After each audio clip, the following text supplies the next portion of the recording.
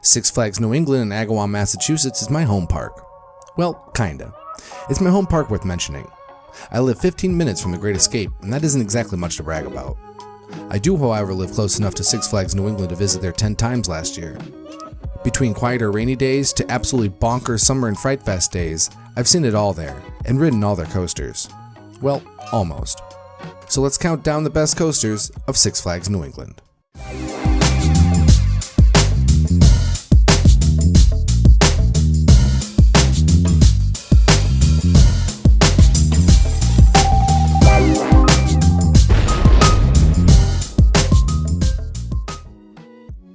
Before we start, let's give an honorable mention to Goliath. I've never realized this, but Deja Vu Goliath, whatever we're calling the coaster in transit, Deja-liath? And I both left the West Coast and debuted ourselves at new homes on the East Coast on Memorial Day weekend in 2012. Goliath suffered greatly after the addition of the new Premier trains and only operated for 7 much-hated years. Closed in 2019, I would first visit Six Flags New England in summer of 2021 to see it standing without an entrance sign. It's now been destined to the scrapyard. I'm happy to have ridden it when it was still Deja Vu at Magic Mountain. Rest in peace, but what's coming next for Six Flags New England? At number 11, we've got the Great Chase. The only credit I have yet to get here is the E.F. Maurer family 16-foot outside spiral CCW kiddie coaster. I don't think I'm missing much here, but apparently the jerk out of the station is forceful enough to remove sunglasses that are just chilling on the top of your head. My wife lost her sunglasses here on this of all rides. It's wild. So watch out all. No loose articles even on this little tiny thing.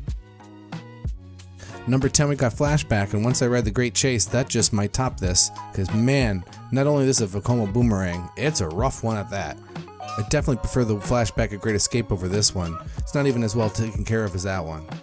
I rode these on back-to-back days last fall, and it's not even close to which is a more palatable ride. I grew up riding these in Old Arrows, and I definitely know how to ride defensively to limit classic headbanging, but somehow this one at Six Flags New England seems to throw that all out the window. Try as you might, your head is getting banged around on this Vekoma boomerang.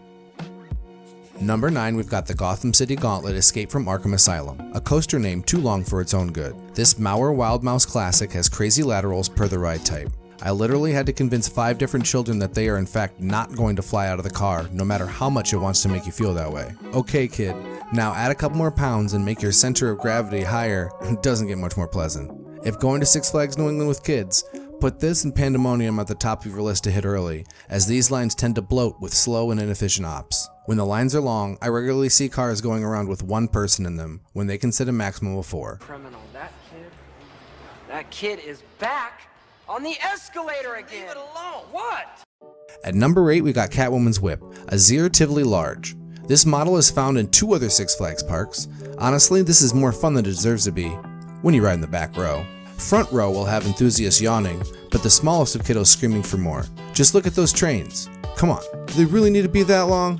However, because of the huge trains on this coaster, it's a capacity king. Hop in a long line, almost to the entrance sign, and within 2 ride cycles, you're either getting on or really close to it. Having a 20-car, 40-rider train will do that for you. Snag back row, and you'll enjoy everything this coaster has to offer.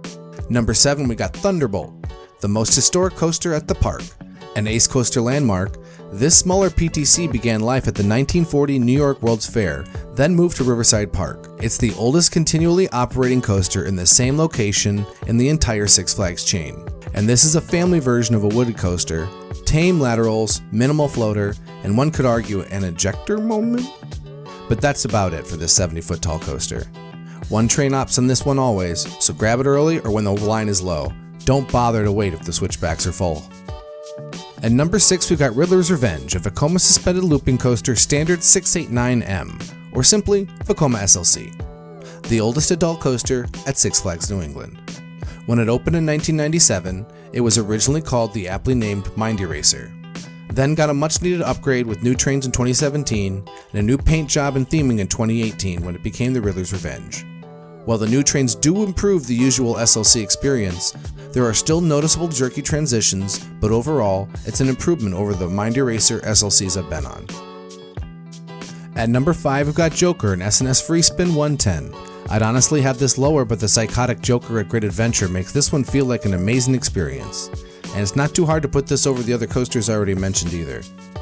That replacement for Goliath can't come soon enough. When the S&S Free Spin is in the top 5 and a park as well-rounded as this, it's time to bolster your collection with another winner. At number 4, we've got Pandemonium, a Gerstlauer spinning coaster 420/4. This ride is way more fun than it deserves to be. On paper, I wasn't expecting much, but wow does this deliver. That drop off the brake run. Woohoo! I have yet to try and purposely offload the car and go to Spin City, but it doesn't take many cycles for you to watch an offloaded car spin like mad on the track while you wait in line.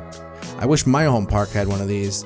Six Flags and Gerstlauer didn't play nice for a while, but in September, Fiesta Texas posted that they purchased a third train for Ryan Radler from Gerstlauer. So one can hope that Six Flags and Gerstlauer work together to build more coasters soon. Number 3, we've got Batman the Dark Knight, a super smooth and forceful B&M floorless. And if you're picking up anything about my preference in roller coasters from the different videos, you'll notice I lean heavy towards B&M and anything with a Batman theme.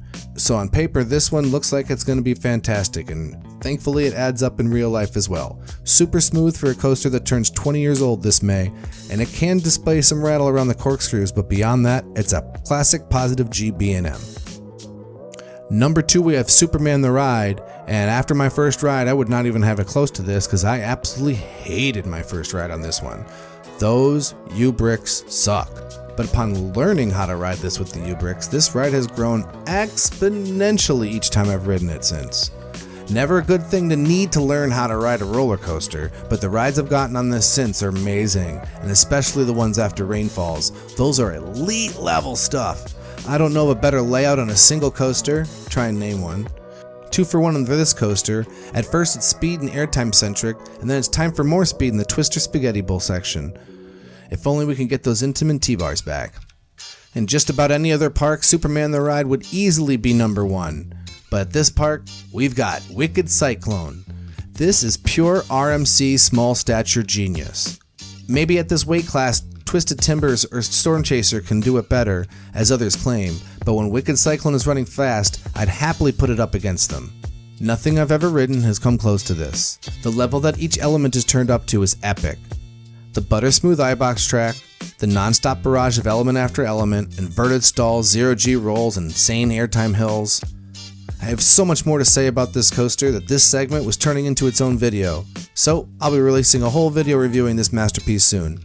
Alan Schilke blessed this beauty head to toe, and it's happily not just my number 1 coaster at Six Flags New England, it's my number 1 coaster I've ever ridden. And I don't really see anything topping it anytime soon. Here comes a new challenger! Oh, have a go at the size of him! What a whopper! He's immense! Death rolls, tail thrash! Okay, pull. Woo! He's going off! He's going again! Look at the size of him! thanks as always for watching. Please click the like button if you enjoyed this video. Subscribe if you want to see some more. And until next time, let's ride. Look at the size of him. We're just going to have to take the morphometrics and let him go. He's got too much power. He's just too awesome.